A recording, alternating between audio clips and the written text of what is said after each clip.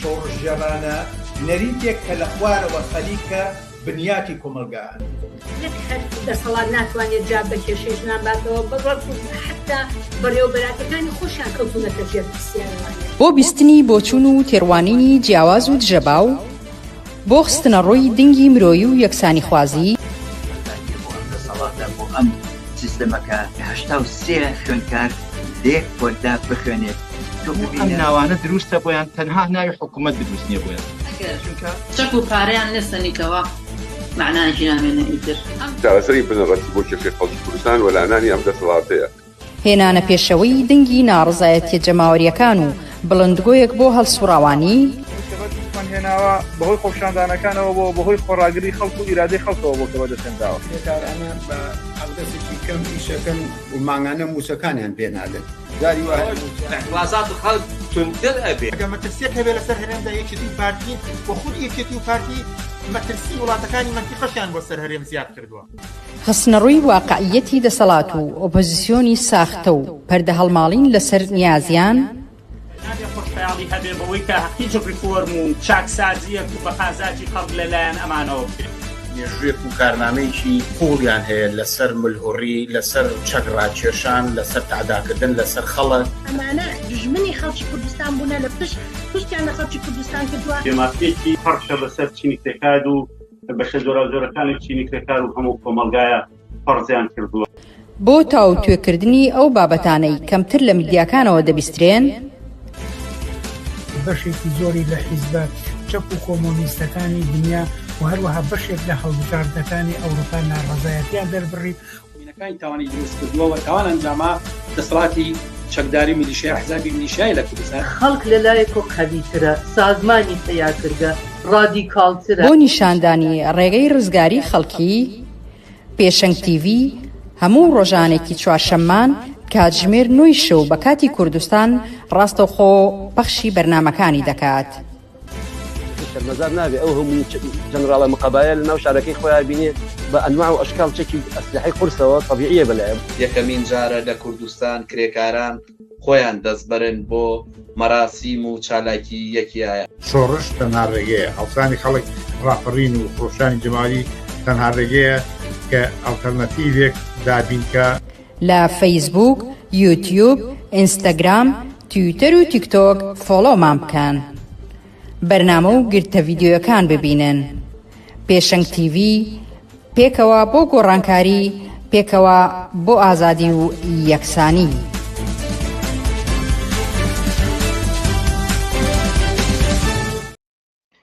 ئێوارەی چوارشەممەیە و کاتژمێر 9 و کاتی پێشکەشکردنی بەرنامەکانی پێشەنگ تیڤە. بینەرانی عزیز، من بنار مستەفا خۆشحاڵم جارێکتر دێمەوەلاتان بۆ پێشکەشکردنی پەخشی ڕاستەوخۆی بەرنامەکانی پێشەنگ تیڤ. بەرنامەکانی ئەمڕۆمان 23 تەمووزی 2025 لە سێتەوە پێک هاتووە. سەرەتا سەبارەت بە قەیرانی دەسەڵات لە کوردستان و پێکنەهێنانی حکوومەت و ئەم دۆخی ئێستاتیایدایە قسە و باسێکمان دەبێت. پاشان سەبارەت بە کاریگەریەکانی نەدانی موچە لە کۆمەڵگەی کوردستان لەسەر کۆمەڵگە و موچەخۆران بەگشتی قسە و باسێکمان دەبێت و دوایین پێشهاتەکانیش لەسەر ڕووداوەکانی غەزە قسە و باسێکی کورتی ترمان دەبێت. وەک هەموو جارێک ئێوەش دەتوانن با پرسیار و سەرنج و تێبینیەکانتان بەشداری بکەن و ئەوانەی ئێوە لە کۆمنتەی خەنە ڕوو ئاڕاستەی میوانانی بەرنامەکانی دەکەین و وەڵام وەردەگرینەوە. لەگەڵمان بۆ بەرنامەکانی ئەمشەوە.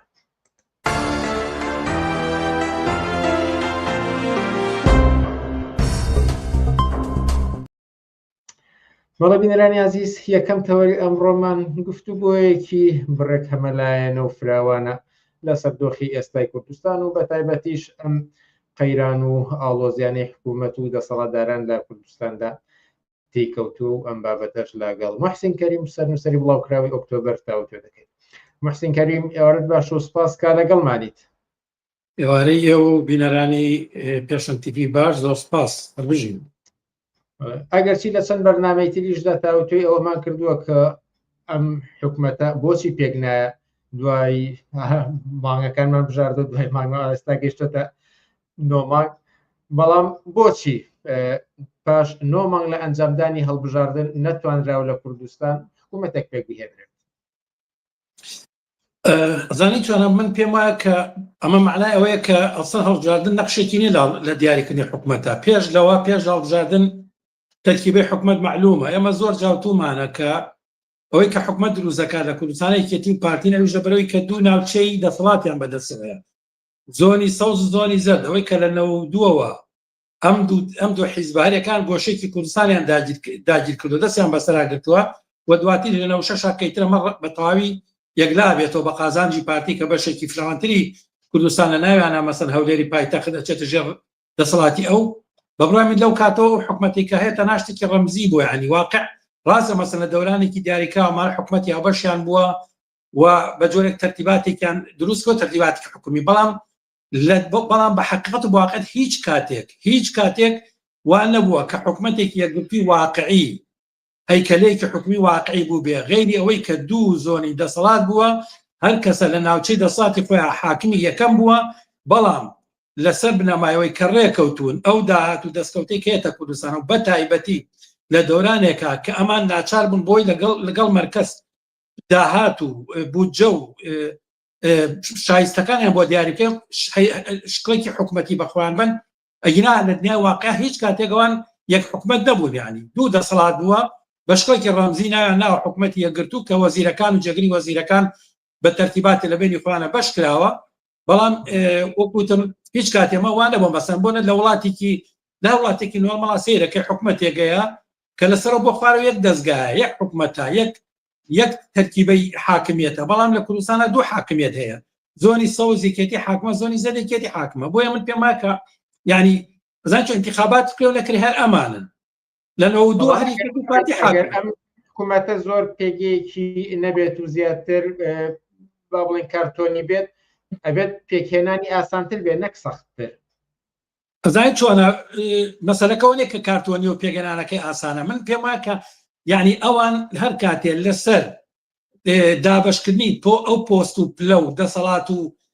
داهاتی کە لە کوردستانیان ڕێکەون ئامادەن ئارایشە بن کە گونجابێ بۆ ئەو ڕێکەوتنە ئارایشێکی گونجایی بۆ بن هەر کاتێکی ڕێ نەکەوتە بن ئارەشێکی تریاناوە چکە ئارایشە واقعەکە خۆی ئۆڕەدی هەیە خۆی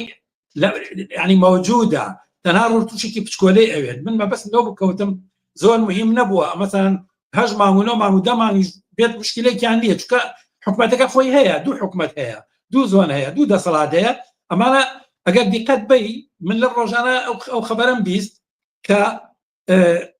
حکوومەتی مرکزی داوای کردووە 120 ملیارد دینار پارەی ناوخۆ بڕوە منەوەم بیست کە پارتی 7 ملیار و یەکێتی 50 ملیار یعنی هەتاوانیە کە بڵێ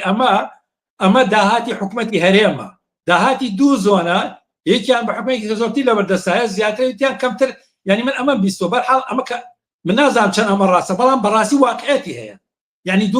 دوو مەسەرەن یەکێتی لە منطقەی خۆی هەموو شتێ بەدەست ئەوە گومریک بەدەست ئەوە دەسەڵات بەدەستەوە هەموو شتێ بەدەستەوە یعنی خۆشیان وتوانە مەسەن ئەڵێ لە منطقەی یەکێتیە پارتی ناتوانێت مۆزەفێکی بەسیتی دایرێک لابە یا تەعینی کاگەر یەکێتی ڕازی نەبێت بە هەماشە لە منطقەی پارتیشە بۆیە بمبێن پێم وایە کە ئەمە بایەخی ئەو پیشانە کە انتخابات و پەرلەمان هیچ نییە شکڵیە تەنها چوارچێوەیەکە شەرعیەتێک بات شەرعیەتێکی یاسایی بەم دەسەڵاتیان ئەویش لە چی لە پەیوەند بە مەرکەز لە پەیوەند کۆمەلگانی دەوڵەتیەوە مەسەلەن بۆ نمونە ئەمان ناتوانن پیشانی بن کە دوو زۆنن لە رابطە بە کۆمەلگانی دەوڵەتی چکە مەسەن بۆ ئەمریکا و وڵاتانی ئەوروپیۆمانە ناتوانێت مەسەن دوو سەفارەت کاتۆ لە عێراق لە هەولێر و لە سلێمانی ئەمە قوبڵ ناکەن بۆیە مەجبورن بە جۆرێک ئەم تەرتیباتی بەخان حکوومەتی عێراقی ناکراوە معاملەیان بکە مەسەن وەکو دوو زۆن بڵێ وە جا زۆنی یەکێتی زۆنی پارتی ئەمە بۆیە بەڕای من بەم شکڵم کە لە ڕووی شکڵ حکوومەتێکیان دروست کردووە ناوی حکوومەتی هەرێمە حکوومەتەکە ئێستا هەیە دەسەڵاتە واقعەکە هەیە سەرۆکەکە هەر مەسرور بارزانانی و جێگرەکەشی قوبادە هۆگە حکوومەت پێ بێ ئەمە ناگۆڕێ هەر مەسرور بارزانی سەرۆکە بێ هەر جێگرەکەی قوبادتانە بێ فڵمەنی بڵێ مەسەن ئیتلافێکی تری حکومی دروزە بێ و لە پەرلەمان دەنگ لەسەر هەیەتێکی تری حکومی ئەدرێت و تشکیلەیەکی مەسەن بۆ نمونە بڵێم مەسەلەن ئەوەی کە زۆر جارنەوەی نوێ بۆ چاواشەکردنی خەڵگەڵێ مەسەلا ئەوان مەجموعە کورسیان یەکێتی کورسی هەیە ئۆپۆزیسیۆنەکان هەمان بن بە یەک و لە بەرامبەر پارتی بکەنە دەرەوەی دەسەڵات ئەمە مطلقاً ممکن نییە ئەمە چاواشەکاری درۆیە بەڕاستی ئیمکانی نییە مەسەن بڵێ ئەوە لە پەرلەمانە مجموعە هێزەکانی تر کوتلەیەکی پەرلەمانی گەورە دروست دەکەن باشە و پارتیەکە نەدەرەوە ئیمکانی ئەمەنی ئەوان تەنها توان لە مەتقەی کێتیا ئەوە بۆ خۆیان بکەن یعنی ناتوان لە مەتقەی پارتیان با بکە بە هەمان شێوەش پارتی ناتوانێت کێتی ئاوت کا بکاتە دەرەوە بڵێ من لەگەڵ جەماعەتی نەوەی نێ و لەگەڵ ئەوان تا ڕێەکەم و مەسەن 55 کورسی تەمینەکەم و زۆربەی زۆربەی پەرلەمانی دروست دەکەم و حکومەت دروست دەکەم ناتوانێت وا بکە بۆیە من پێم وایە یعنی ئەمە یەکە مهم نییە 8 مانگ دواکەوێت 4 مانگ دواکەوێت یعنی ئاڵگۆرە دروست ناکە مەسەن یعنی ئەگەر هات و پێگنەهاتنی حکومەت ئاڵگۆڕێکی خەتەرناکی دروست کردایە لەسەر دۆخی سیاسی لەسەر پەیوەندیم دوو حیزبە خۆیان لەسەر چۆنەتی ئیداری کوردستان لەسەر ئەمانە بەڕای من زوو ئەوە دروستیان کە بەڵام یعنی هیچ مەتەلە نییە 3 مانگە موچەی خەڵکی کوردستانی و ئەسڵ باکیشیانی ئەمانە یعنی لەکوێی دنیا حکومەت دەتوانێت پیان ئەوترێ ڕۆشنبیر ئەڵێن ئەگەر هەڵبژاردن نەکرێت یان ئەگەر حکومەت زوو پێک نێدەوە فەراغێکی قانونی دروستە بێت ئەمە پێت وانە زۆر بە پێی قسەکان تا لەجێی خۆی بێت والله من پێم وایە چاواشەکاریە و کڵاوکردنە سەر خەڵکە یعنی زین چۆنە من مثلا یعنی چی مثلا باسی حکومەتی کاربەڕێکە دەکەن یعنی لەبەرەوە زین چۆنە من پێم وایە کەەوە بەشێک لە خودی بنەماڵی بۆوەردوازی ناسۆلیزم کورد ئەیانێت ئەم دەسەڵاتە بهێڵنەوە درۆ ئەکەنەوانە بە ناوی ئۆپۆسیۆنەوە بۆی کە ناڕەزاتی خەڵک هەڵمژن خەڵکی کوردستان ناڕازی لە دەسەڵاتی کێتی و پارتی ناڕازی لە دەسەڵاتی بۆوەردوازی کوردی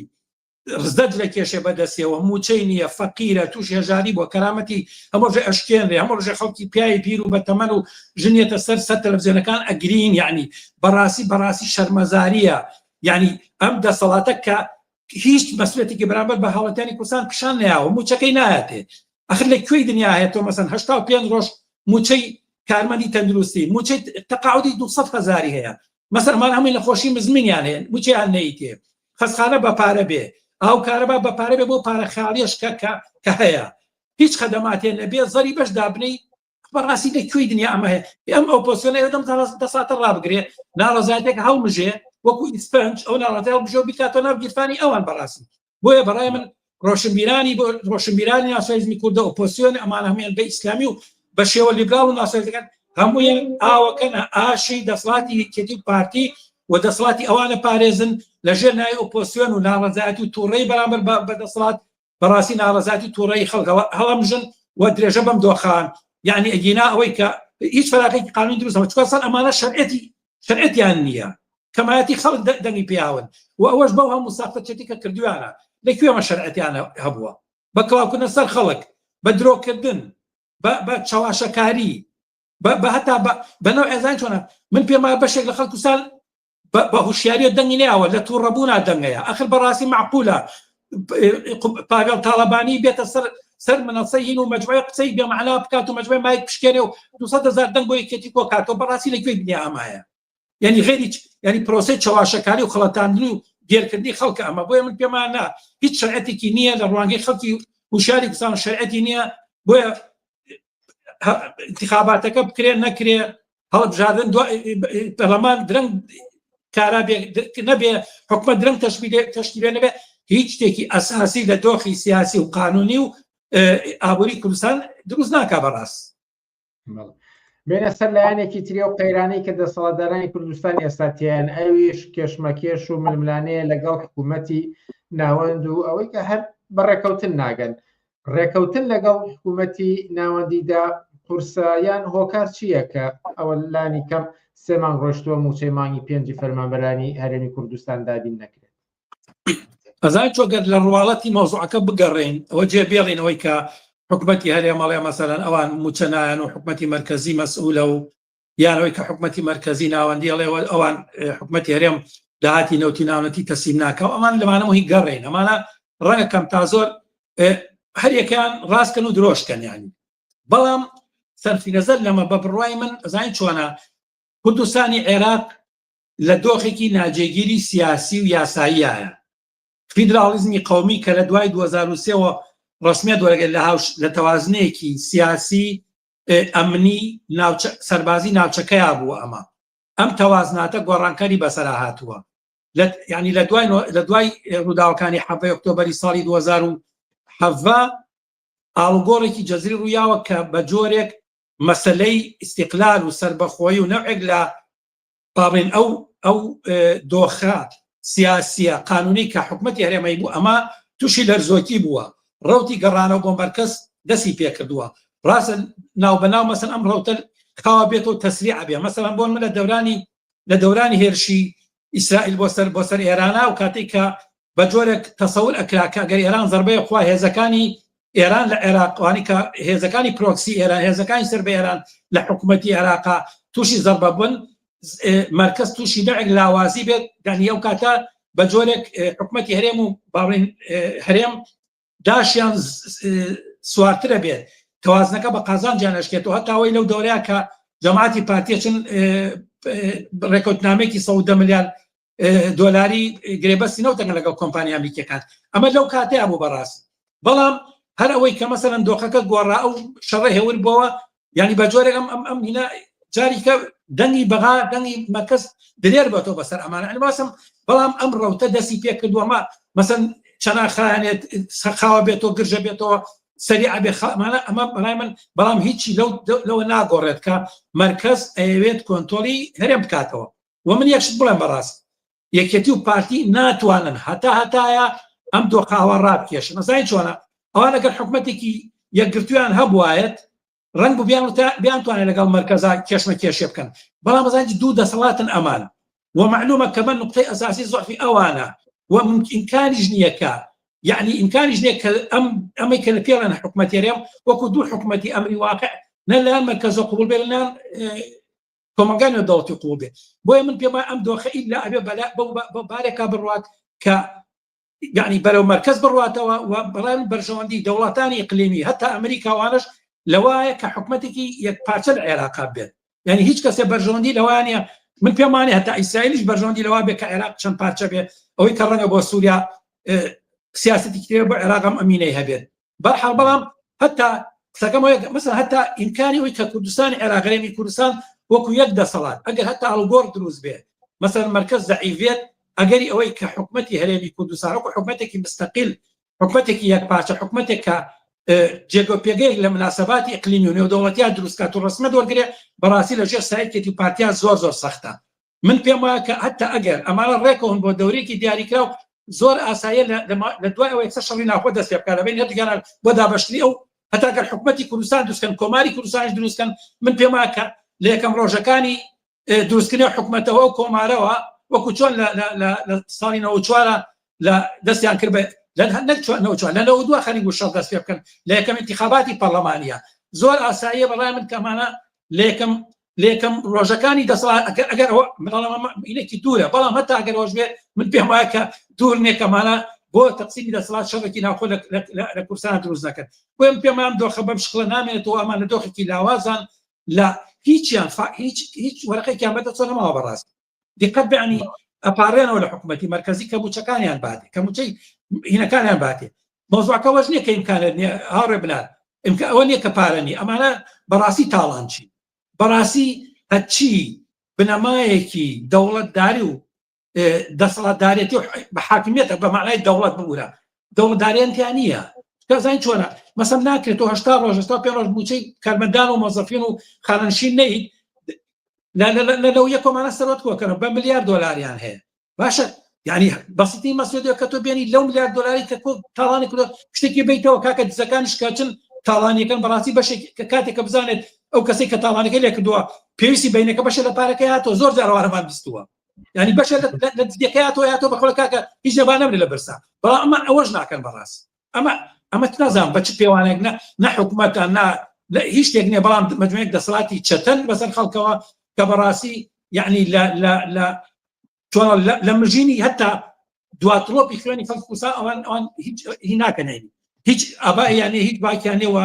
بە هەموو شوێگەیانێت ئەوان سەرەت و سامانی خوان کرد لەم ڕۆژە سەختەشە کە خەڵک کە کارمەندان و موچەخۆرانی کوردستان ئەی ناڵێنن ئەوان خۆیان سەیری کە بە ملیار و بە ملیۆن دۆلار سەرفەکەن بۆ کەناڵەکانی ڕاگەاندنیان بۆ خەرج و سەفەری مەسئولەکانیان بۆ فڕۆکە تایبەتەکانیان توزان بۆ گەشت و گوزارەکانیان بۆ ئیسیسماراتەکانیان بەرامبەر ئەو بۆ چونەی کە دەسەڵاتداران ئەڵێ ئەمە زۆر واوەترە لە مەسەلەی وچە بابەتی زۆر گەورەتر هەیە تەواوی قەواری هەرێم لەژێر هەڕەشەدا ئەگەر بە شێوەیەکی دروست بەرەنگاری نەبووینەوە قوبە تاڵەبانیتی ڕەنگە بەیانێک لە خەو هەڵسین و ئەم قەوارەیە نەما بێت ئیرادە و کەرامەت مهمە زۆر شتی تر کە موچە بچکراوەتەوە ئەزای چۆنە باش ئەگەر قوارەی هەرێم لە خەتەرە ئەوان چۆن بەرەنگارێ بنەوە یعنی بەوەی کە ئەوانش موچەی هاوڵاتیانی کوردستانیان و خاڵاتی کوردستان محتاجی موچەی دەوڵەتی مرکزی بکەن یعنی ئەمە چ منطقێکی تایە ئەمە چ عەقڵێتێک ئەمە قبوڵەکە یعنی بەمە مقاومەکەن کە خەڵکی کوردستان تەحمل کا موچەی نەبێ برسی بێ ڕەزی بێ هەموو شتێ بێت یعنی بەمە مقاومەی خەڵکی یعنی مقاومەی ئەوەکەن کە قوارەی هەرێمتیانە ئەسڵ وە کارێکیان کە بەڕاستی خەڵکی کوردستان ئەوێت بەیانی زووترە قوارەی هەرێم نەمێنێ ئەسڵ خەڵکی کوردستان ئەکسەتی کوردستان توان بڵێم کە هیچ هەستێکیان بۆ ئەوە نەماوەکەم قوارەی بمێنیان نەمێنێ هیچ ئینێکیان بۆینێ ئەوەی کە لە ساڵی 92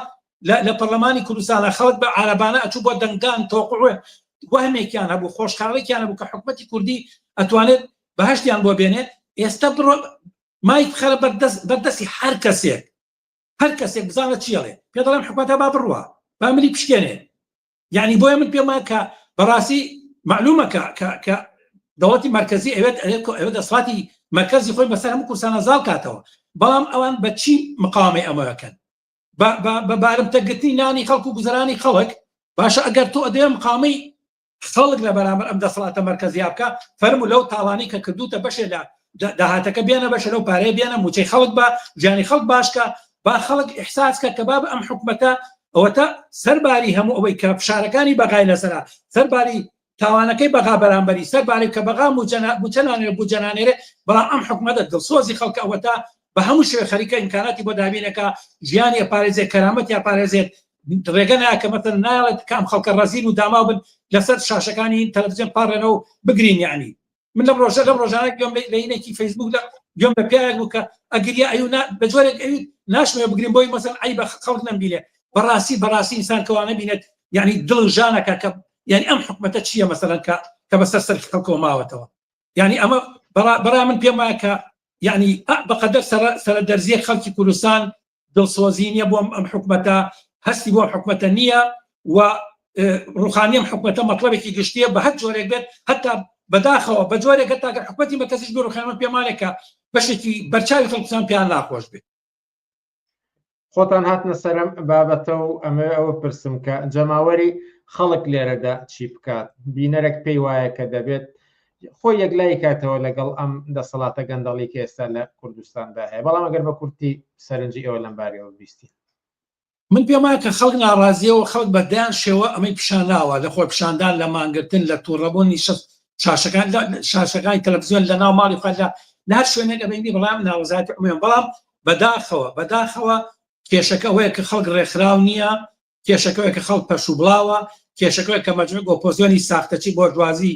لە ڕێگەی میدیاکانەوە کە ئیمکانێکی گەوریان لە بەردەستە خەڵک چاواشاکەن ناڕزایەتیەکان بەلان ڕێیا بنن و بەداخەوە بزوتنەوەی چەپ و کۆمەنیزم و حیزبی ئێمەش ڕادیکالیزمی کۆمەلگان نەیتوانیوە نەقشێکی ئەوتۆی هەبێت کە ئەم خەڵکە ناڕازیە لە دەوری پلاتفۆرمێکی سیاسی لە دەوری بزوتنەوەیەکی ڕادیکال کۆکاتەوە هیدایەت و ڕابەری بکات وە ئاڕاستەی بکات بەرەو ڕێگەی دروست بەڕای من یعنی زوعفی لاوازی ڕێخستنی جەماوەری ڕێکخراوبوونی جەماوەری دووە ناڕزایەتی پەرشوبڵاو لەسەر جادەمانەوەی تەنها نەگەوەی کە ڕۆ بچێت بۆ ناو دامەزراوەکان بۆ ناو دایرەکان مەسەن هەتا بۆ نمونە تۆ خۆپیشاندانەکرێت چەند هەزار کەسێکە بێت لە کاتێکە بەس مامۆستا لە سلێمانیەوە من ئاگادار بم لە کوردستان نزیکی 47,000 مامۆسامەی ئەم زانیارەی چەند ساڵەمەوە پێشە نزیکی 50,000 مامۆسایە لە کوردستانە نزیکی بۆکو باسەکە نزیکی 1,200,000 موچەخۆر هەیە ئەگەر ئەمانە بندیوارەکانیشی لە لابەی نزیکی 5,600,000 کەس موچەخۆر ئەمانە لەم 600,000 100,000 بێتە سەر جادە 100,000 لە دامەزراوەکانەمان بگرێ مەسەڵەن جوزانم لە خەسەخانەکان لە زانکۆکان لە تاپۆ بەلەدیە لە کارەبا لە هەموو ئەمانە بان بگرن بەڕای من سەرتاسەری کوردستان بگرێتەوە بزانە چۆن ئەمانە بەچۆکیان و هەتا ئەمە تەمان وەکوتم بەڵام بەبێ ڕابەرایەتێکی بەڕاستیمە وەختێکی جدیە بەبێ ڕابەرایەتی هێزێکی سیاسی کە بتوانم خەڵکە ئاڕاستە بکە ڕێگەی پیشان بە و ئومێدیان باتێ بڵێ کە من لە پێشتانەوە ئەتوانم ڕێگەتان پیشان بم بەڕای من ئەمە سەختە و بەڕای من ئەوە ڕەخنەیەکە کە بێ کۆمەستەکان و حیزبی کۆمیزمە لە خۆمانی بگرین بۆچی تاسە نەماتوانێەوە بێ ئەو چین ئەو پێگەیەوە کە خەڵک ئەم متمانەیە بێمە بکە وەمە ئەرکێکی لە پێش هەتا خەڵکە بۆ ئێمە یانی ئەوە ڕوبەڕووی ئێمە کۆمۆنیستەکان و حیزبی کۆمۆنیست هەموو سەڵانی کرێکاری چە بگرێتەوە کە نەمانتوانیوە ئەو متمانەیە بە خەڵک بین بە خەڵکی ناڕازی بین کە لەگەڵ ئێمە بن و نەمانتوان نەخشێکی جدی بینین لەوەی کە بتوانین ڕێکخراویان بکەین ئێمە پەیاممان ناوە هاوارەکەین لێرە قساکەین لە چەندی شوێ قسەکەین بەڵام بەڕاستی ئەمە نەیتوانێت بێت بە پراتیکی سیاسی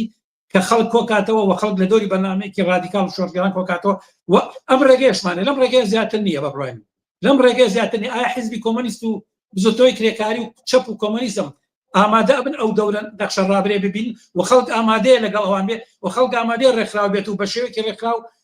سربەخۆ لە ئۆپۆسیۆنی ساختەی بۆژوازی لە بەرامبەر دەسەڵاتە خۆی ئامادە بکات و بێتە مەیدان بۆی کە بەرحەڵ لە بەدەزێنانی مافێکی سەرەتای موچەکەی تا بۆی کە دەسەڵاتیان کۆتای پێبێنێ ئەبێ بزوتنەوەی جەماوەری هوشیار ڕادیکاڵ پێشەنگ بەڕێ بخات کە لە هەنگاوی یەکەمە دەست پێ بکات تا هەنگاوی کۆتایی کە دامەزانی دەسەڵاتێکی ترە کە دەسەڵاتێک بێت بەڕاستی بەرژەوەندی هاوڵاتیان و خەڵکی زەحمەتکێش و موچەخۆران ئەو لەوێتی سیاست و بەرنامەی ئابووری ئەو دەسەڵاتە بێت. محسین کەریم سەرنووسەری بڵاوکراوی ئۆکتۆبەر زۆر سپاس لە بەرنامەکانی ئەمشەی پێشەنگ تیڤیدا ئامادە بوون. سپاس بەوە ماندوو نەبنە دوژ. عزیزان موچانێکی کورتە دەین و پاشان سەبارەت بە کاریگەریەکانی نەدانی موچە لەسەر فەرمانبەران و کۆمەڵگەی کوردستان بە گشتی بەرنامەمان دەبێت و لەگەڵمان بمێنەوە.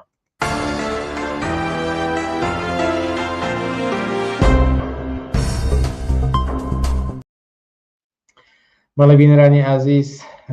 ئێستاش مامۆستا کامەران لەتیفمان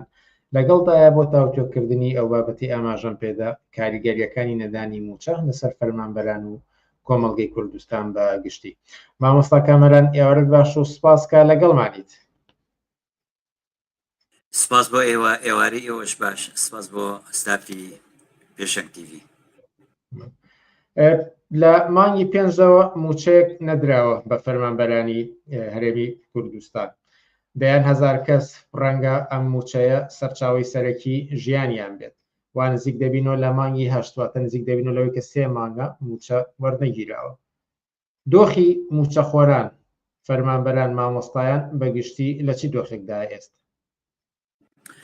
دووبارە دەستان خۆش بێ و سپاسان دەکەم ماندوو نەبن. وەکو خۆشە دامەژێت پێ ئەمڕۆ نزیکە بێتەوە لە 3 مانگ فەرمانبەران و موچەخۆران و مامۆسایان موچیان وەرنەگرتووە کە زیاتر نزیکە بینەوە لە 90 ڕۆژ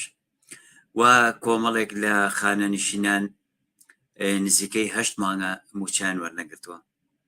ئەمە بۆ خۆی کارەساتێکی تەواو و کۆمەڵایەتی و ئابووری لە نێو کوردستانە خڵخانووە. ئەتوانم بڵێم کە خەڵکی تەواو بڕشتی لێبڕیون و توانانی کاریگەریەکی ڕاستە خۆی لەسەر خێزانەکان دروست کردووە. هەڵبەتە مەسەلەی پێنەدانی موچە ساڵانێکی زۆرە کە بەردەوامە ئەم کێشمە لە نێوان بەغا و کوردستانە بەردەوامی هەبووە کە بە تایبەتی لە ساڵی 2014 بەدواوە مەسەلەی موچە یەکێک بۆ لە کێشە سەرەکی و قەیرانەکانی نێوان بەغدا و هەرێمی کوردستان کە بەردەوام ئەمە وەک وەسیلەیەک بەکاریانێناوە بۆ لە بەرامبەر بە کوردستان بەکاریانێناوە و لە هەمان کاتشە هەرێمی کوردستانیش و دەسەڵاتدارانی هەرێمی کوردستانیش خۆی دزیوەتەوە لە هەموو ئەو بەرپرسیارێتەیە بە پێ و داتانی کە لە ڕاگەیاندنەکانەوە باسەکرێت هەرێم لەو کاتی کە نەوتەکەی لێوەرگیراوەتەوە بە پێی قەراری محکەمەی نێودەوڵەتی کە ئەو نەوتەی لێوەرگیراوەتەوە و کە پێشتر لە ئابووری سەر بەخۆیە ئەیان فرۆش بۆ خۆیان و کە نە ئێستا و نە ئەو ساش داهاتەکەی معلوم نەبوو کە چۆنیە و چۆن چەندێک پارەیەتە کوردستان و چۆن ڕۆ چۆن سەرپە بێت کەس ئاگادار نییە جگە لە چەند کەسێکە لە پەنجەی دەستێ ناپەڕێت بە پێ و ئامارە نافەرمیانەکە لە ماوەی تەنها لە ماوەی ئەم 2 ساڵەیە 258 ملیۆن بەرمیل نەوتیان فرۆشتۆ کە 1 دیناری نەگەڕاوەتەوە خەزانەی دەوڵەت کامەش بۆ خۆی معلومەکە درێژە پێدانی ئەم زروفە و بەردەوامی لەسەر ئەم قەیرانە دەقانزاجی دەسەڵاتدارانی هەرێمە و یاریکردنە بەکات کە لە بەرژەوەندی خوان لە ماوەی ڕابردووە کە هەوڵیان داوە کە لایەنی کەم پارساڵ موچەی مانگی 12شیان لە هەمان کاتە پێنەدان، بەڵام بە جۆرێک لەوەی کە تا ڕادەیەک باشتر بوو کە 11 مانگ بەغان موچەی نردەوە، بەڵام لە 2025 کە ئەبینیت لە تاکو ئێستاکە من قسەت لەگەڵەکەم موچەی مانگی 5 ناتوە کە نزیکەی 3 مانگە بێتەوە. ئەمەش بینەسەرتانە چی کاریگەریەکی داناوە لەسەر موچە خۆران کاریگەری ڕاستە خۆی هەیەکە زۆرێک لەوانی کە موچەوەرەگ لە خانە نشینان کەسانی نەخۆشن، کەسانی کە مندام و کەسانی بەکەوتیان هەیە لە ماڵەوە، هەتا کۆوانی زۆرێکیان لەوانە کرێچین هەن کۆمەڵێکیان هەیەکە ئەتوان بڵم تەنها باڵا دەست تەنها موچەیەکیان هەیە کە ئەمەش بژێوی ژیانی کەس دابین ناکا بۆ ماوەی 3 مانگ بەردەوام موچە نەدرێت و هەتا کۆوانی کە زۆرێک لەوانەیە موچە خۆرن تەنها موچەکەش کەبن، بەڵکو کاری دووەمیان نییە تاکۆی کە بڵین بژێوی دابین کات و بە شێوەیەکی گشتی لە نێو بازار ڕابێنین کە سیمای خەڵک ئەم بێموچەی و قەیرانی تاوەتاو پێوە دیارە و شەکەتی کردوون ماندەوی کردوون کە دەمی هەر کەسێکەکەیتەوە ئەبینیت کە دنیایەک مەعاناتی هەیە کە مەسەلەی موچە لە کوردستانە بەو شێوەیە کەوای لێکراوە دەستخراوەتە بینەقاقای خەڵکی کوردستان و بە تایبەتی موچە خۆران کە لە ئێستا لە حاڵ گوزەرانێکی زۆر ناڕەحەتان و ئەبینی کە ئەوانی کە خێزانانی کە نەخۆشیان هەیە مەسەلەی تەندروستی کۆمەڵایەتی، مەسەلەی کێشەی کۆمەڵایەتی، هەتاکو شەڕ و بەرزبوونەوەی تونند و تیژیەکان، ئەمانە کۆمەڵی کێشن کە ڕاستەوخۆ کاریگەری لەسەر دەروون و ڕەوتی ژیانی خێزانەکان تاواو دروست کردووە کە ئەمە ناڕەحەتێکی بۆ خەڵکی کوردستان تاوتاوی هێناوەتە پێش و لەو لاشەوە مەسەلەی دەسەڵاتدارانی هەرێمی کوردستان ئەوەی کە بۆیان گرنگ نییە، ئەوەی کە بەرپرسیارەتیان نییە بەرامبەری مەسەلەی خەڵکی کوردستان و هیچ بەلایەنەوە گرنگ نییە، بەڵکو ئەوان ئەگەر ڕۆژە زیاتر مەسەلەی نەوت و داهات و هینی خۆیان بفرۆشن ئەو بۆ ئەوان گرنگە. ڕۆژانە بە بەچای خەڵک و هەزاران تەنکەر ئەو دی و ئەکرێت و داهاتەکەشی کەس نازانێت چۆن و چۆن نییە. لەو لاشەوە مەسەلەی حکوومەتی عێراق ئەوەی فشارەکان کە لە باتیەوەی کە بۆ سەردەسەڵاتدارانی هەرێم بەرێت ڕاستەوخۆ فشارەکانی لەسەر موچەخۆراندانا و موچەی موچەخۆرانی هەرێمی بڕیوە کە ئەمە بۆ خۆی کاریگەریەکی تەواو ناڕەحەت و دژواری بۆ خەڵکی کوردستان دروست کردووە. لە چەند دەستگایەکی ڕاگەیان و تۆڕە کۆمەڵاتیەکانەوە بینیومە کە باز لەوە کراوەکە بەهۆی ئەم بێموچەییەوە تەنانەت تاوان زیای کردووە، دزی زۆر زیای کردووە و زۆر شتی تری نەخوازراو کە پێشتر تەسەور نەدەکرا. بەڕاستی ئەمان هەموو دەگەڕێتەوە بۆ ئەم دۆخی بێموچەییە. بە دڵنیاییەوە ئەگەر مەسەلەی موچە و مەسەلەی ئابووری لە هەر وڵاتێکا کە مەسەلەی بێتە قەیرانەوە تونند و تیژیەکان تاوان و دزی و کۆمەڵێک دیاردەی ناشرین و قێزەون کە پێشتر نەبوو بێت زۆر ئەبێت و لە هەمان کاتیشا بینین هەر لە هەفتەی ڕابردووە کە لە شەو ڕۆژێکە لە ماوەی 24 ساعتە 3-4 تاوانی کوشتن کە هەم مناڵ باوکە کوشێتی کوڕ باوک مناڵێکی خۆی ئەکوشێت کابانە هەمووی بۆ خۆی مەسائلی زۆر کۆمەڵایەتی ناو خێزانەکانە کە مەسەلەی سەرەکی قەیرانی ئابووری و قەیرانی بێموچەییەکە لە تەواوی ڕنگانەوەی یاوە لە ناو خانەوادەکان و خەڵکی کوردستانە. منە مێشتێکی کە باسکەم کە لەوەی کە ڕەوش و باژیانی گوزەرانی خەڵک لە نەو بازاڕەکە بینیت کەسانێکە بانی تا ئێوارە بینیت بازار تەواو بچۆڵ و هینی پێوە دیارەکە کاسبیەکە کە بە شێوەیەکە نەماوە و هەر لە هەمان کاتیشا بینیت ئەمەی کە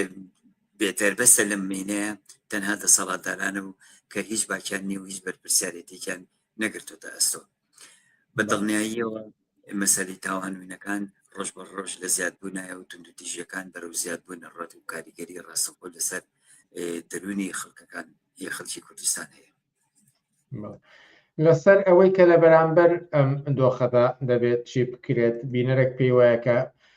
کۆمنتێکی درێژە بەڵام بڵێ زۆر کەس ڕێگەی خەبات هەڵدەبژێرێت ئەگەر من ئەمە پرسم کە لە دەورانی پێشووتردا ڕەنگە نەگەشت بێتە سێ مانگیش ناڕەزاتی زۆر فراوانتر بووە بەرامبەری یان پاشەکەوت بۆ یان نیوە موچە بووە ئەوانە ناڕەزاتی زۆر فراوان بەرە ڕووی دەسەڵاتداران و دۆخەکە بۆتەوە ئێستا ئەم ناڕەزاتیانە لەکوێدا وەستاون وڵاتە خەڵکی کوردستان لە مەسەلەی ناڕەزایەتی ومانگرتن و خۆ پیشاندان و هەموو جۆرە ناڕەزایەتی مەدەنیەکانە کەمکاری نەکردووە بەڵکو بەردەوام ساڵانێکی دوور و درێژە کابینین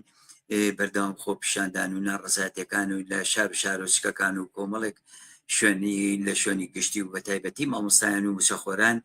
دەور و کاریگەریکی ڕێگ زۆر باشیان هەبووە لە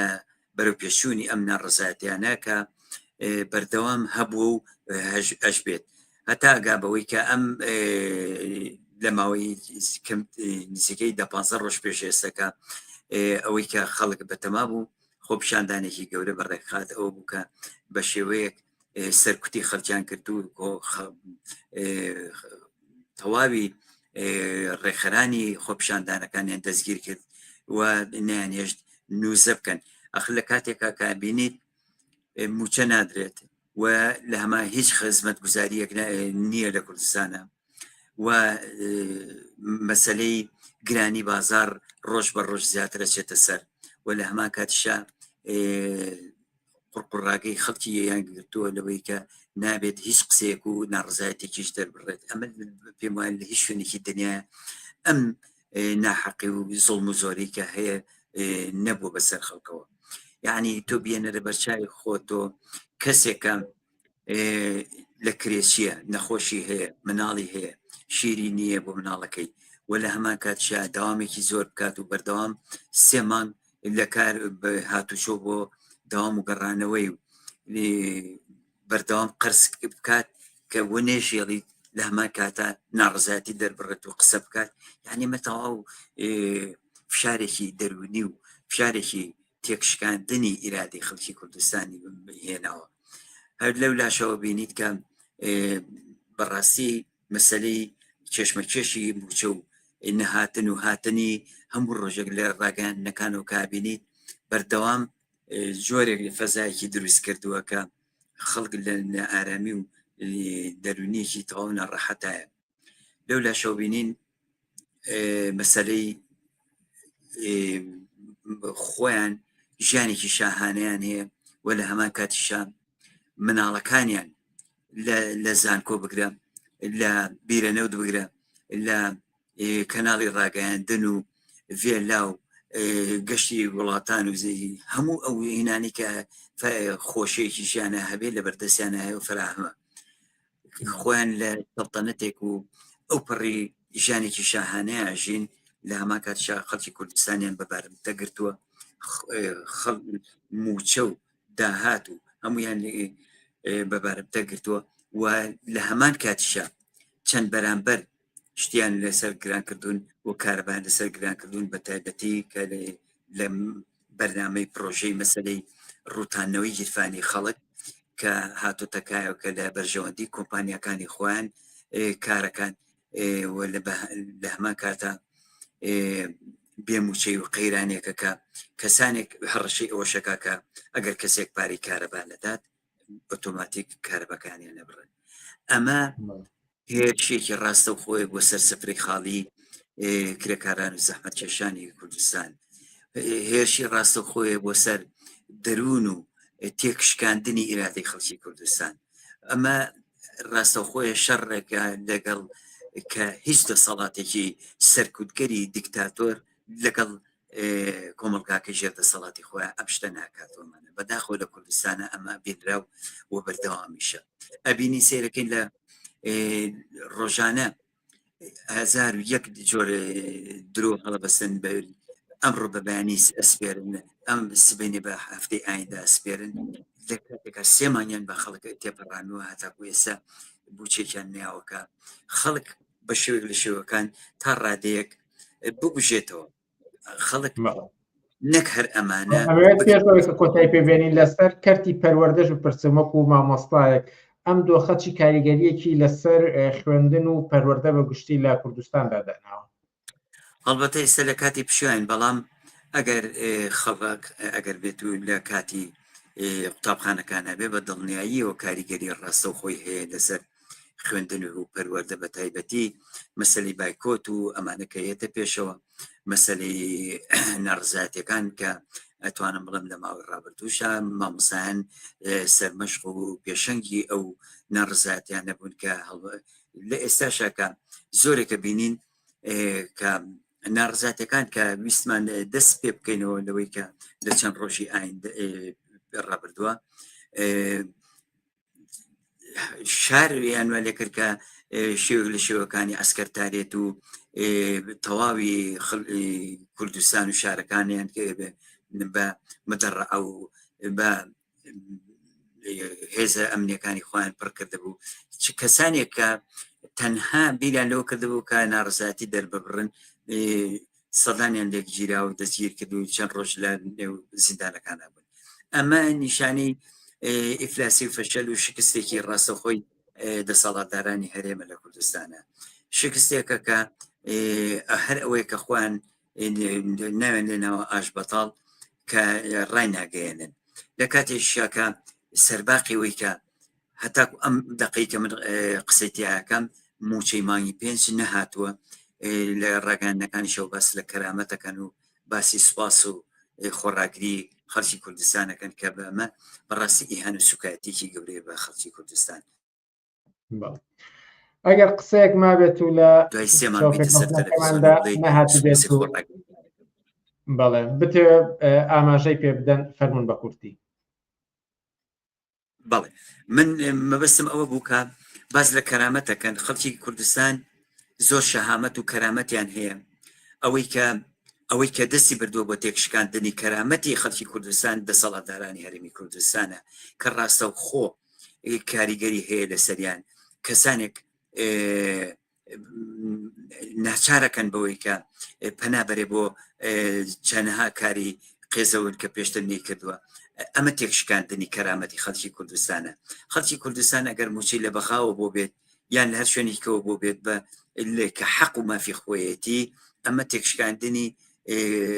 کەرامەت نییە بەڵکو ئەوەی کە تێکیشکان و دەسەڵاتدارانی هەرێمی کوردستانە کە بەو جۆرە ڕسەوی دو ڕسوای کردو موچەکەی پێنادات و لە هەمان کاتشا ئیهان و سوکایەتی ڕۆژانە بە خەڵکی کوردستانەکات ئەمە ئەو پەڕی تێکشکاندنی کەرامەتی خەڵکی کوردستانەکە لەلایەن خۆیانەوەیە. مامۆستا کامەران لەتیف زۆر سپاس لە بەرنامەکانی ئەم شەی پێشەنگ تیڤیدا ئامادە بوون. سپاس بۆ ئێمەش. عزیزان وچانێکی کورتەکەین و پاشان سەبارەت بە دوای پێشاتەکان لە پەیوەند بە جینۆساید لە غەزە بەرنامەمان دەبێت و لاگەڵمان بمێنەوە.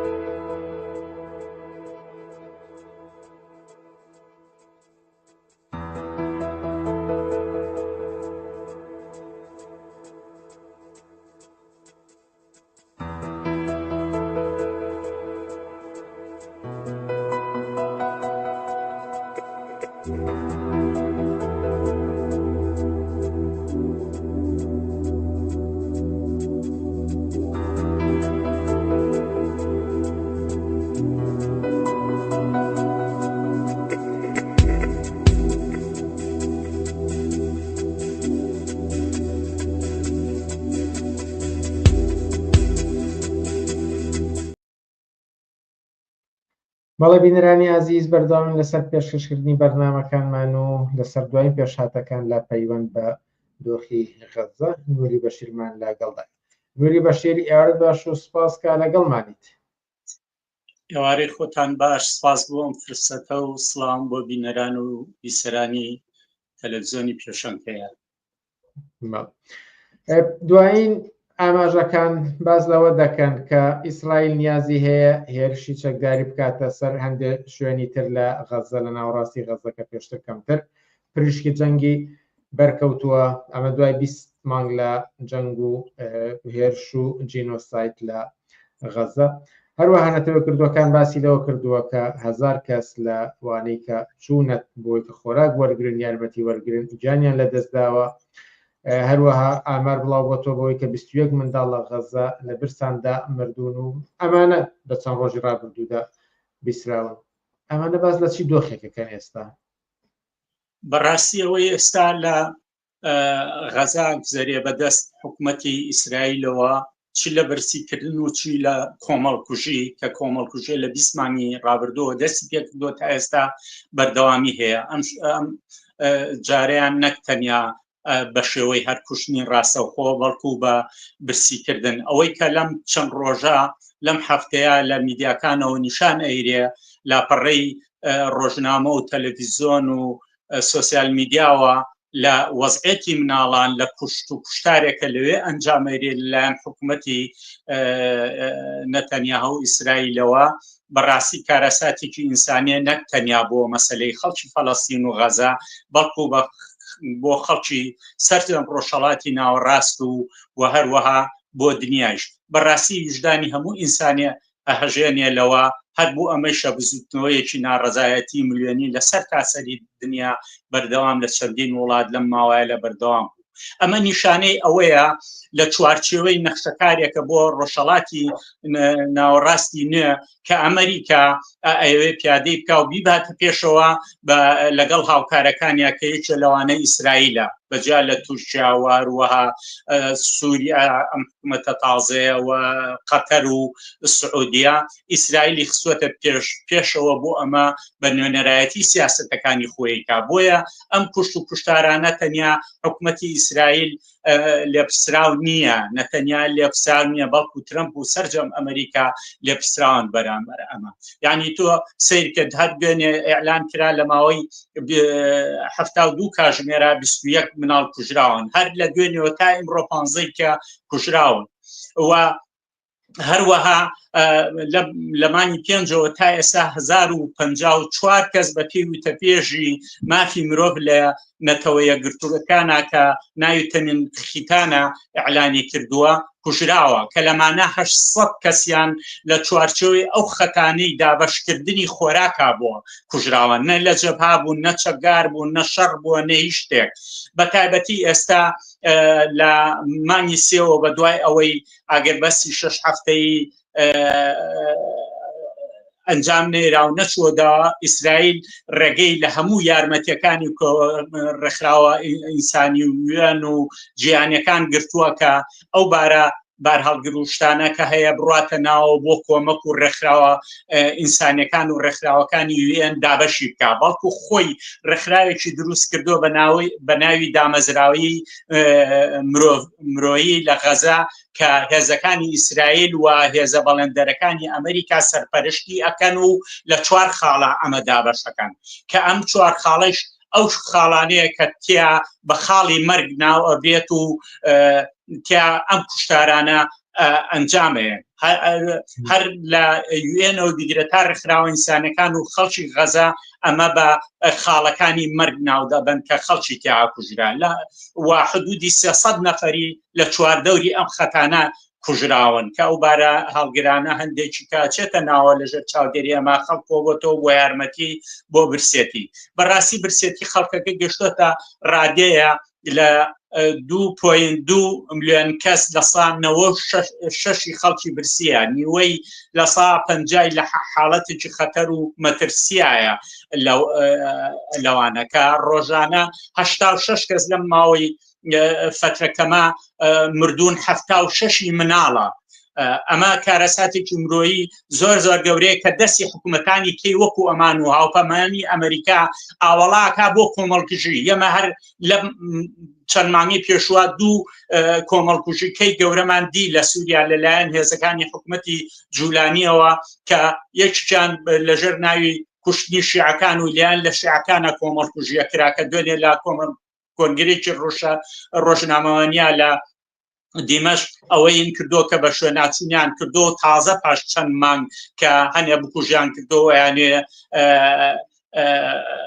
بیکەن بەژێر لێەوە بەجیالەوەی کۆمەڵکوژی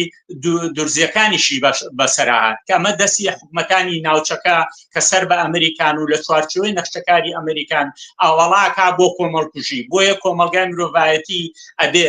یان ئەو وڵاتانی لە خۆرهەڵاتی ناوەڕاستن خەڵکی خۆرات ناوەڕاست کرێکار و زەحمەتکێش و ئازادیخواز و چەپ و کۆمۆنیست ئەبێ بێنە دەرەوە بە دژی ئەم کۆمەڵکوژیە بن چکە زۆر هەنگاوێکی لەبارە سبەینێ ئەمە تەشەنە بکە بۆ وڵاتانی ناوچەکەش هەر بۆ نمونە ئێستا ئەمریکا خەڵکی خەریکی ئەوەیە کە لەگەڵ تورکیا عێراق و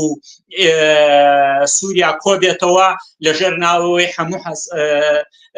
گەمارۆکان لەسەر سووریا لا بەرێو دەست ئاوەڵا بێ و حکومەتەکە بە ڕەسمی بناسێت و لەو لاشەوە نوێنەری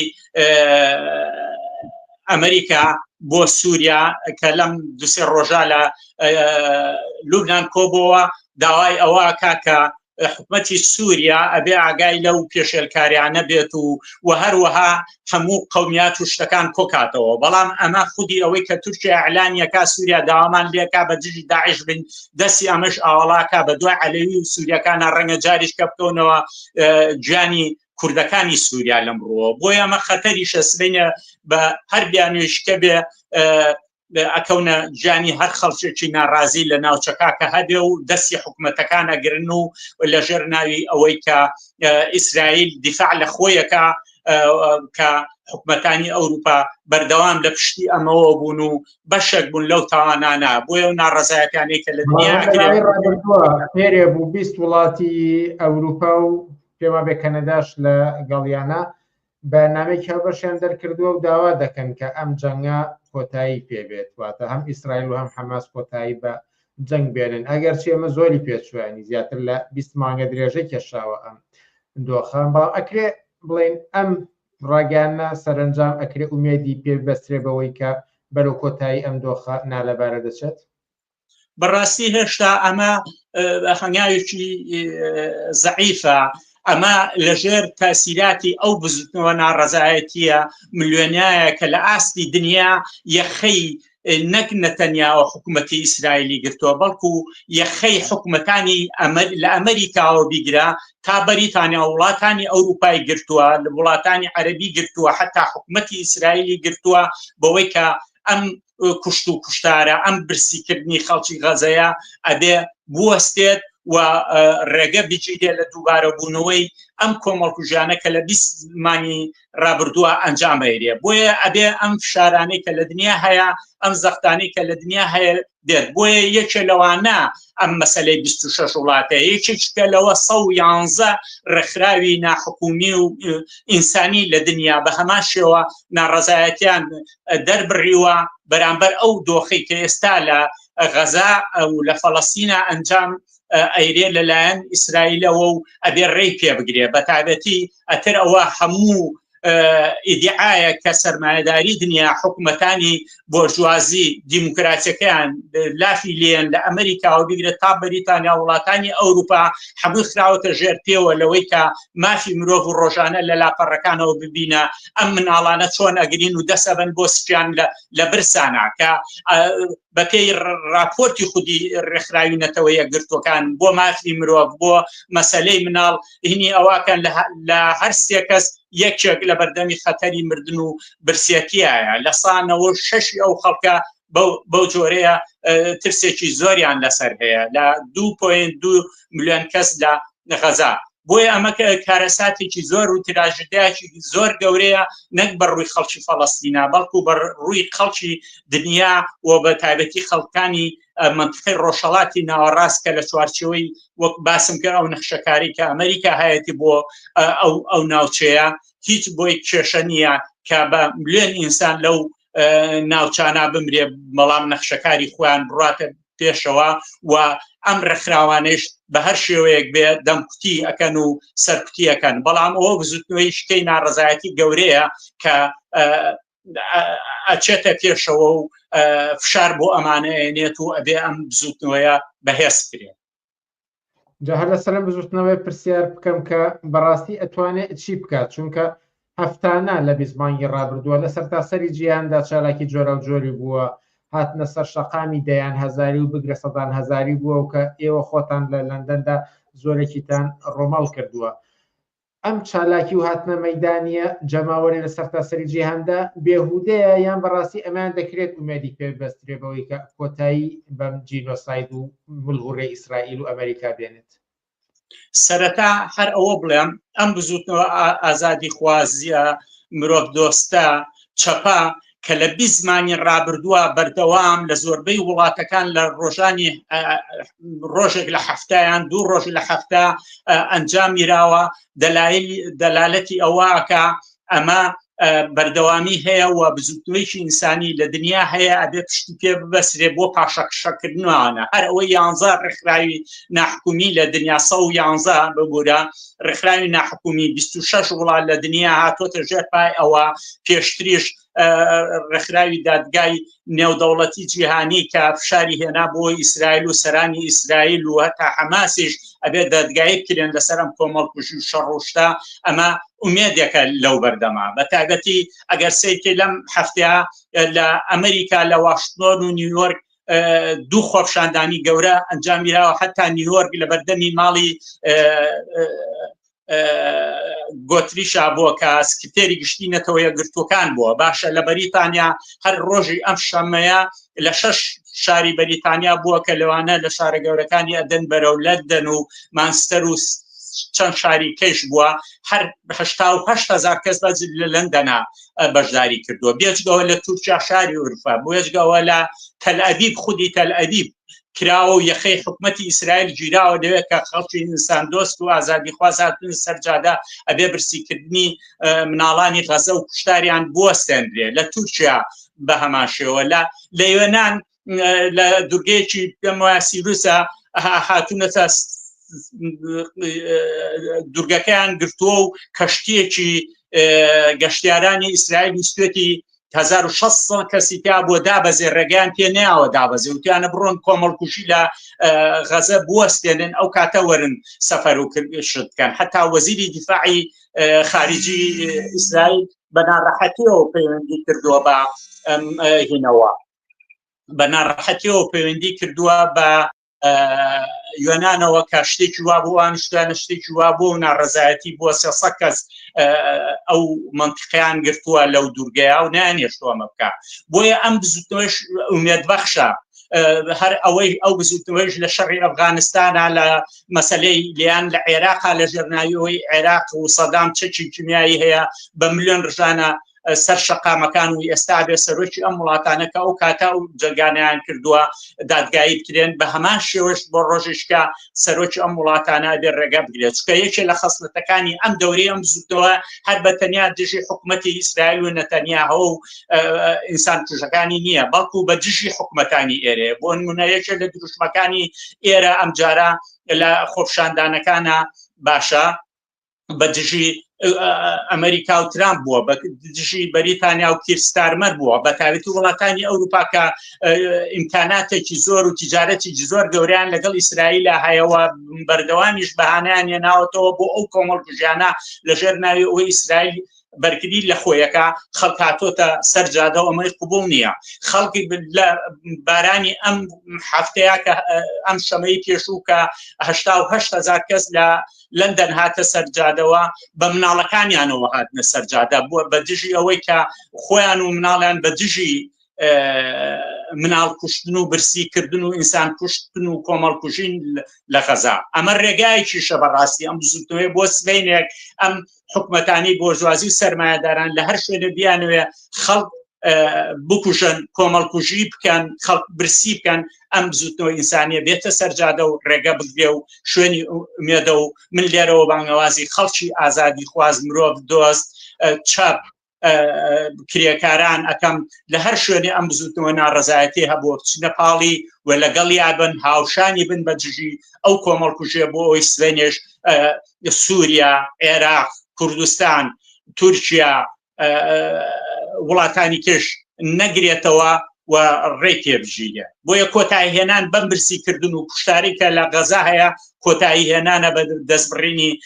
حکوومەتانێکێکە لە ناوچەکە یەکێ لەوانە کە ئێستا حکوومەتی جوولانی و حکوومەتی ئیسلامی سووریا ئەوێ دەست بەم کارە بکات و لە ژێرناوی حکوومەتی تازە و لە ژێرناوی ئەوەی کە ئێمە ئەمریکا پشگیریەکە بۆی لایەنەکان کۆکاتەوە لە کاتێکە ئەمە حکوومەتێکی هاوڵاتی بوون و حکوومەتێکی سکولار و ئەلمانی غیرە دینی و قەومی ئەوێ توانێت وەڵام بەوە باتەوە نەک ئەوەی لە ژێرناوی قەومیاتەکان نەنەری گروپی و دەستەجاتێ کۆکاتەوە و بیبات لەگەڵ خۆیان بێکە ئێستا هەر لە ئێستا هەیە لەو گروپ و دەستەجاتە نەک لە ئاستی سووریا لە ئاستی دنیا. ئەمێ پرسیاری بینەرێک ڕاستی ئێوە بکەم پرسیارێک سەرنجڕاکێش بەوەی کە بۆچی لە کوردستان زیاتر ڕەوتە ئیسلامیەکان لە بەرامبەر ئەم قەزیەی غەزەدا دێنە دەنگ و یان بە کوردەکەی بڵین فرمێسکی تیمساحی بۆ دەڕێژن بەڕاستی بۆ بینەرە بڵێم ئەوەی کە ئەو فرمێسکە تیمساحیان بەڕاستی بۆ خۆ دەرخستن و جێکەوتن و بازار دروستکردنە بۆ ئەوەی کارەکانیان بڕاتە دەرەوە ئەجینە نە ئیسلامەکان و نەهێزە قەومیەکانی کوردستان لە ژێرناوی ئەوەی فەڵەستین وەختی خۆی دیفاعی لە کورد نەکردووە هیچ خەیاڵ و باچێکیان نییە بەوەی کە خەڵکی فەڵەستین ئەکوژێت و ئەمانە ئەوەی هەیە بەرەیەکی ڕادیکال و ئینسانی و چەپ و هەتا حیزبی کۆمۆنیستی ترێکاری کوردستان ئێمەین هەم لە کوردستان هەم لە دەرەوەی وڵات لە زۆربەی وڵاتەکانە لەپاڵ ئەو ریزە ملیۆنەی خەڵکان بە دژی ئەو کۆمەڵکوژیەوە بە دژی سیاسەتی ئیسرائیل زۆر کەس دڵی خۆی بەمە خۆشەکە ئیسرائیل ئەوە تا دیفاع لە کوردەکانەکە دیفاع لە دروزەکە دیفاع لەواکە باشە لە کاتێکە دیفاع لە خەڵکی سووریاکە یان وڵاتێکی کاکە ئەی دیفاع بۆ لە خەڵکی فەڵەستین ناکە لە پاڵ خۆیەتی و چەندین ساڵە تێکەڵن و هەتا زۆرێ لە خەڵکی ئەوێ تێکەڵاو بوون ژنخوازیشیان هەیە ئەم فرمێسکە تیمساحیانە بازار دروستکردنەکە لە دەورانی بەعسیشا بە شێوەی شکە ئەم فرمێسکانیانە ڕشت و لە ژێرەوە دەستیان تێکەڵ بوو لەگەڵ حکومەتی بەعس و لەگەڵ حکومەتانی ناوچە بە دژی خەڵکی کوردستان و بە دژی خەڵکی عێراق و ئێستاش ئەو فرمێسکانە زۆرێکیان بۆ جوولانی و بۆ ئەردوگانی ئەڕێژن کە گوایە ئەمانە ئیسلامین و هێزی بە ئینسافن و معاملەی باشەکەن بۆیە ئیسلامیەکان لە درێژەی تاریخی خۆیانە لە کوردستان و لە ناوچەکە خەریکی بازارکردن و لە دەوری ئەحزاب و حکوومەتە کۆنەپەرست و دەسە ڕاستەکان ئەوەستاون. نوری بەشیر زۆر سپاس لە بەرنامەکانی ئەم شەوی پێشەنگ تیڤیدا ئامادە بوون. سپاس بۆ ئێوەش. عزیزان سپاس بۆ بینەوەی کە بینەرمان بوون و سپاس بۆ بەشداری چالاکانتان. لێرەدا دێنا کۆتایی بەرنامەکانی ئەم هەفتەیەمان و تا هەفتەی ئایندە کاتێکی خۆش بۆ هەموو لایەک.